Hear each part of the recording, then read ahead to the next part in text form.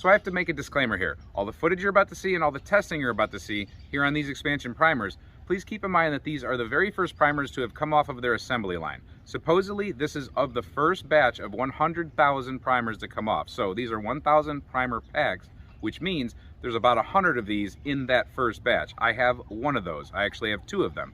But we are testing the absolute first stuff to come off the line. So maybe their quality control wasn't exactly up to where it should be, but hopefully they've learned and they've gotten better. Now they should be cranking these things out pretty good. I think that the subsequent primers that we get in for testing, we will be getting more from the actual production line that's going out for sale. That testing could be a little bit different, but just keep in mind these are the very first, and every company could experience some growing pains. With that said, enjoy. What's up, YouTube? Welcome back. More testing on the expansion primers today. We're going to continue what we started with the last video with 38 Special. I'll put that video up here. We did have a few hiccups, just as a little spoiler alert. Let's see if those hiccups carry over to 45 ACP.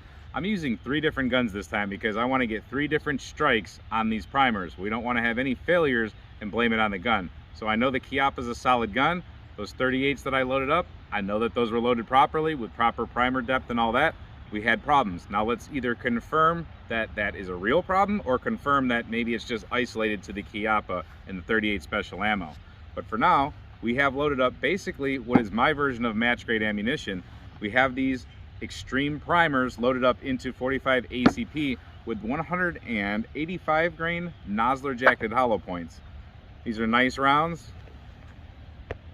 They're basically just good custom competition bullets. That's what they're actually called, custom competition. We have used brass, and we do have the expansion primer in there. Now that's a small pistol primer. I usually like large pistol primer for 45, but it's kind of cool that we got to utilize it because I do have a lot of small pistol brass, or small pistol primer brass. Let me read the recipe that we have in here. Don't copy my recipe, please, but we have bullseye powder, 4.4 grains, trust me, exactly, 185 grain, and then we're using the Winchester small pistol primers as the alternate. So 25 of these are Winchester. Those are the ones that are not marked. The ones that have the X's on them, those are the expansion primers. They're seated to a depth of 1.2 inches exactly, and these things, I've taken care of the brass, we cleaned out the flash holes and all that. These things are very uniformed, very tight together with tolerances, so they should work good as match ammunition. We're going to check accuracy. I think we're going to get some chronograph readings, and we're going to do it out of 3 different pistols. Like I said, I want to get a number of different types of strikes on these primers because I want to give it a fair chance. So we're going to be using a Colt 1911 Defender model in 45, of course. We're going to be using a polymer striker fired M&P 2.0, very nice gun, both of these. We're going to be using the JHP-45 from High Point, another striker fired wonder. So we'll see how all these do. These 3 should be very different strikes, but they should all be good strikes. I've never had a problem with actually any of these firearms, so as far as ignition or anything like that. Let's see how we do. Very simple target today. I'm going to put about 25 on that one and about 25 on this one. So we're about 10 feet off that target. I'm going to start with the M&P 2.0. There's 10 rounds loaded up into this magazine. Left circle target over there.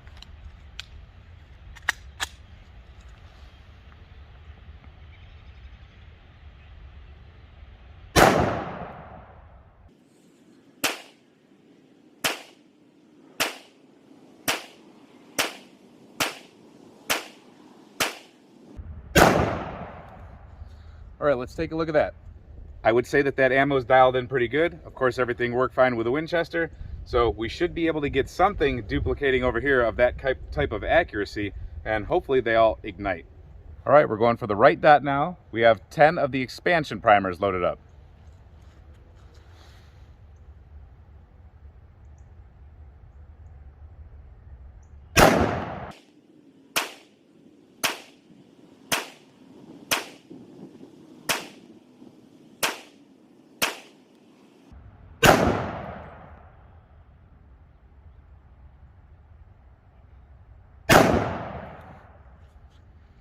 Let's look at that.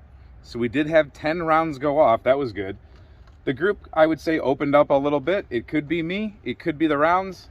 They don't feel much different. It's not out of this 45 or out of a 45 cartridge. They did feel a little bit different out of the 38. But Still acceptable, but if I had to, if I was going to make a whole bunch of ammunition, I think I'd go with the Winchester just based on a little bit tighter group. We do a lot as hand loaders or reloaders to really optimize the ammunition, and like I said, this could be my shooting, but I've done a lot to make these rounds super nice, and I'm very good at shooting this pistol because it's easy at that distance. That's why I selected these targets. If I put this front sight, basically I put the top corner of the left corner of the top sight here, and the right corner there, and if I put that right here where the front sight is right here, I'll drill it every single time. And I know I had good trigger pulls here every time, and it looked to take the bullet just a little bit more to the right. So whatever pulls me up to the right just a little bit here pulls me up to the right just a little bit more over here. It could have something to do with the primers and the way they ignite the powder. So I know that was really long-winded, but we're doing testing, and that's exactly what we're trying to look for, is things like that. Inconsistent groups, which it's a good group, but it's not as consistent as this group. Let's move on. All right, now we have 5 rounds loaded up with expansion primers in the Colt Defender, and we're going to go ahead and take a shot at the left half of the target, the top left square.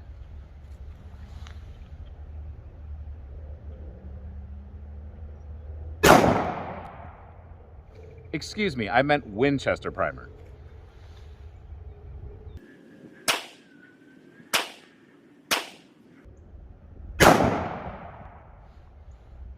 All right, that's all 5. Let's take a look.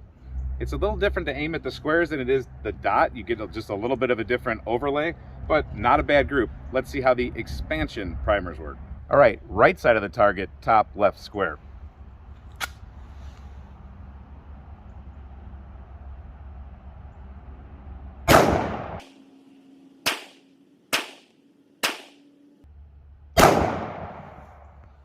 Let's take a look. So all of those ignited. And I'd say we probably have about the same type of size group.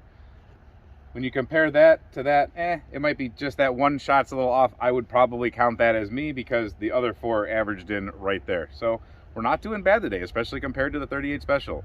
Let's move along to the high point. All right, we have 5 of them loaded up into the high point with the Winchester primers. We're gonna go for the lower bottom left square.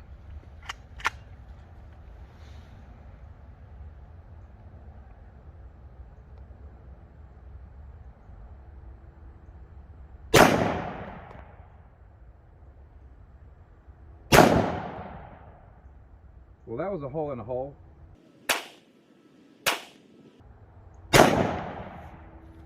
Let's look. All of them ignited, but that was Winchester. Not a bad group. High point doesn't do too bad, actually. The trigger's a little funny. I went from a 1911 trigger to a high point trigger, and I was like, when are you going to go off finally? Okay, boom, it went off. All right, the right-sided version of that square with the high point and the expansion primers.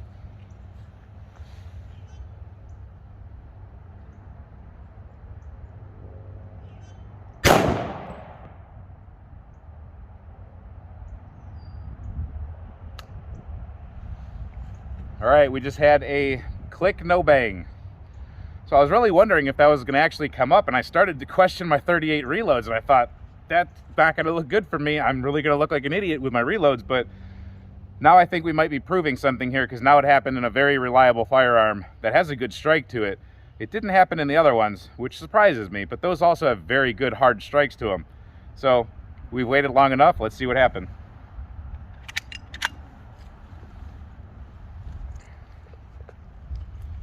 So it does have what I would call a good enough, decent strike on it.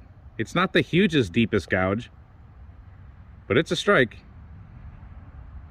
We will put this back in the gun after we cycle these other ones out, and we'll see if we can get it to go. And if it doesn't go in this one, we'll see if we can get it to go in the other ones.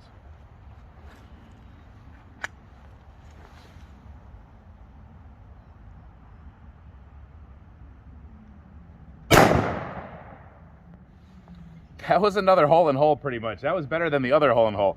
The truth about the high points is if you do your job and try to shoot them properly, they're not bad pistols. They're accurate, and they usually are reliable. It's pretty amazing that I can get a very comparable, if not better, group sometimes with this than I can that little Defender 1911. And I know the barrel is shorter, but still.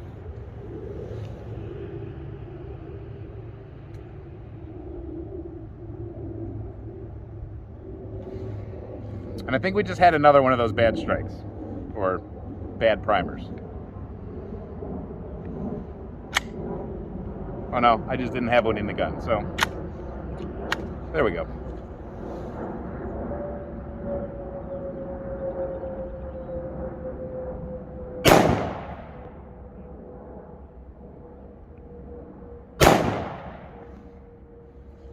All right, there we go. We're empty. Let's take a look at that group. I can tell you right now, it's pretty good.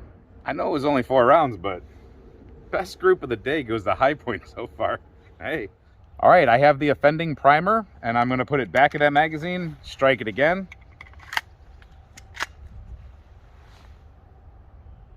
All right, it went off that time and it hit the steel, so it took 2 strikes. All right, we have 5 rounds loaded up with the M&P-45. With the Winchester primers, we're 15 feet off of that chronograph. We're gonna see what the numbers look like.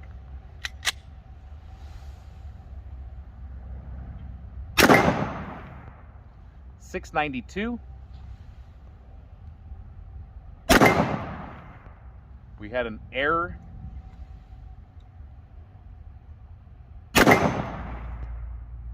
Well, we had an error 2, now we have an error 3.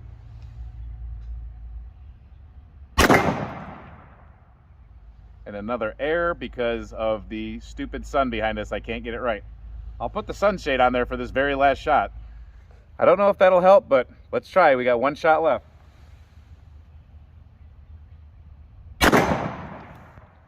.747, so we'll get a 2-shot average.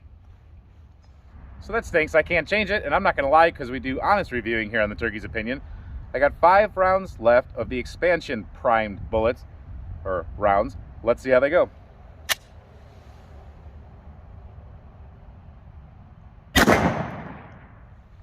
.660.